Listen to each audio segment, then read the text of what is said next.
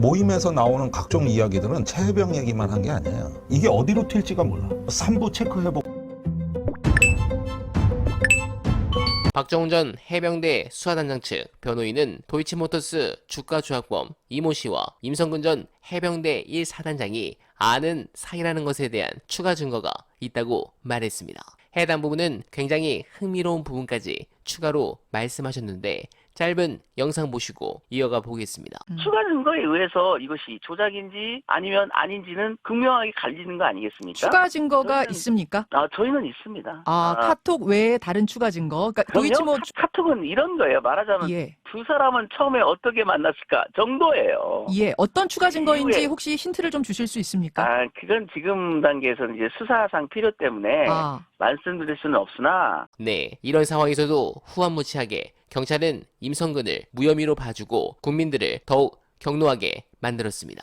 이러면 특검 여론이 더 타오를 수밖에 없는데 중요한 내용 언알바 최저가 상품 시원하게 구경하시면서 영상 보시고 이어가 보겠습니다. 또 한 명의 언론에는 손모 씨로 알려진 경호처 직원은 사실은 손 씨가 아니라 송 씨입니다. 그게 대부분 기자들이 잘못 알고 있는데 송 씨예요. 이 사람과 그 최해병 건과 관련해가지고 경호처 라인들 여기를 주목해야 되고 그 다음에 묘한 일이 좀 있어요. 이 모임에서 나오는 각종 이야기들은 최해병 얘기만 한 게 아니에요. 여러 가지 다른 건도 있다. 경호처의 국정 개입이라든가 이런 것들도 있기 때문에 이게 어디로 튈지가 몰라. 3부 체크해보고 그것도 수상하고 그 왜 카톡방에 이종호가 했던 3부 그 3부 토건이냐 이 얘기도 수상하고 주가 조작으로 집행유예로 나온 범법자가 저렇게 설쳤다는 것 자체가 충격적이에요. 우선 할 거 다 하고 있었다니까. 이 이야기 뭐냐면 정권에서 상당히 보호해주지 않으면 저렇게 온 동네 오지랖 넓게 저렇게 뭘 하고 다녔다는 것 자체도 충격적. 네, 이렇게 증거가 많은데 오리발을 내미는 윤석열 생각만 해도 정말 지긋지긋합니다. 여러분은 윤석열 탄핵이 이제는 과연 가능하다고 생각하십니까? 물론 아직도 결정적 한방 또는 민심의 여론이 압도적이지 않으니 힘드시다고 하실 수 있습니다. 그러면 질문을 좀 바꿔보겠습니다. 여러분은 헌법재판소가 노무현 대통령 탄핵은 기각하고 박근혜는 받아들인 이유가 뭐라고 생각하십니까?